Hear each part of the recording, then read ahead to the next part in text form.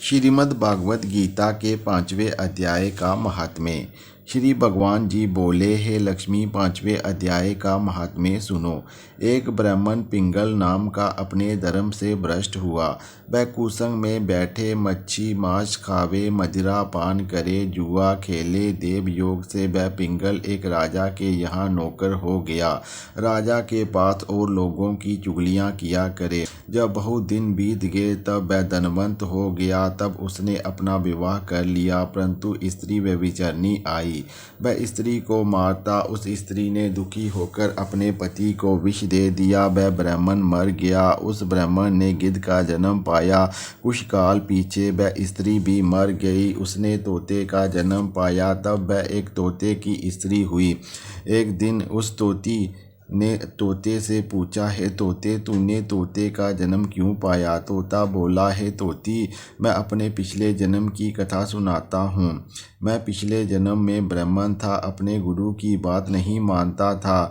मुझको गुरु जी ने शाप दिया, कहा जा तू तोते का जन्म पावे। इस कारण तोते का जन्म पाया। अब तू कह किस कारण से तोती हुई? उसने कहा, मैं पिछले जन्म में ब्राह्मणी थी। एक दिन मैंने पति को विष दे दिया और वह मर गया।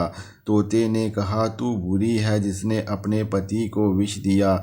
एक दिन वह तोती वन में बैठी थी, वहाँ गिद्ध आया। तोती को उस गिद्ध ने पहचाना और वह गिद्ध तोती को मारने चला। आगे आगे तोती, पीछे पीछे गिद्ध। जाते जाते तोती एक शमशान भूमि में थक कर गिर पड़ी। वहाँ एक साधु का दाह हुआ था। साधु की खोपड़ी वर्षा के जल के साथ भरी हुई पड़ी थी। वह उसमें गिरी। इतने में गिद्ध आया और तोती को मारने लगा। उस खोपड़ी के जल के साथ उसकी देह धोई गई और दोनों आपस में लड़ते लड़ते मर गए और अधम देह से छूटकर देवदेही पाई और विमान आए, जिन पर बैठकर दोनों वैकुंठ को गए।